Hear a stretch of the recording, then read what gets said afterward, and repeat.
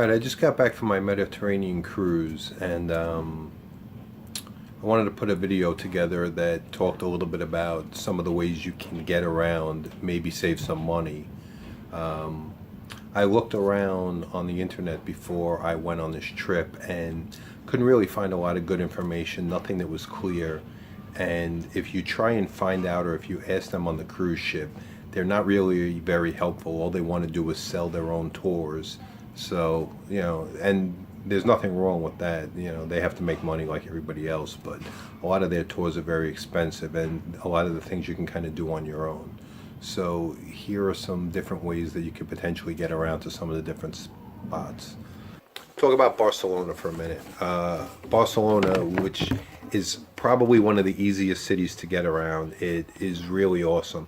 You could basically take the metro almost anywhere if you choose to. There are also cabs around, and that's an easy way to get around as well. But Barcelona, you can buy an unlimited metro pass for the day. You basically buy a metro pass for the day, and you can take trains anywhere you want, and it makes it very easy to get around. If you want to get to the market, which I believe it's called Las Robles, if I'm pronouncing it correctly, that's like the big market.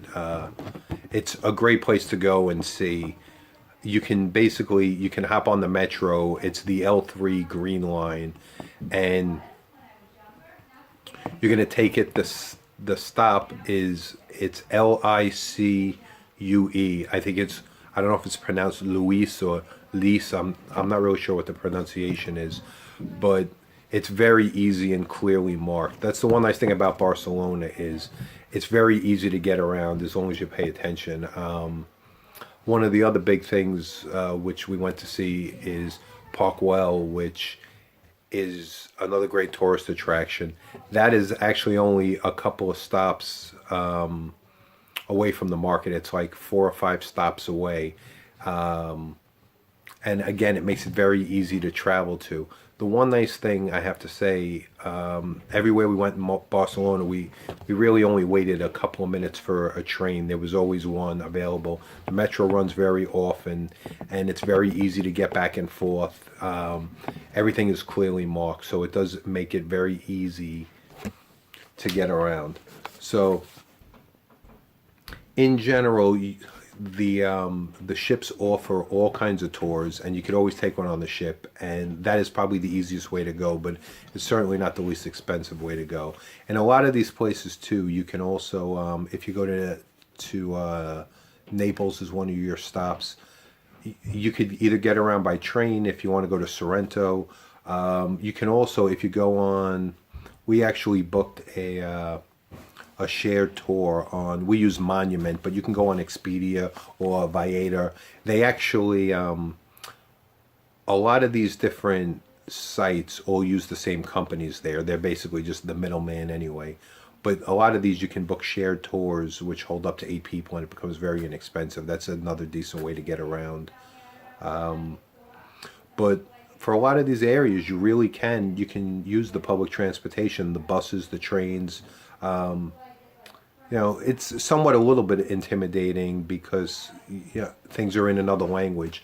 But what I would say is make sure you have the names of the places you want to go written down.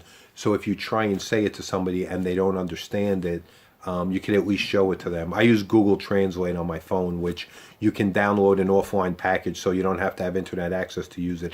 And that's a great way because you can say something and it will translate it, and somebody can either read it or it will actually say it to them. So that's something else you should probably do. But if you're willing to travel around and you don't mind taking public transportation, you can save yourself a lot of money. Because a lot of what they charge on the ships is very expensive.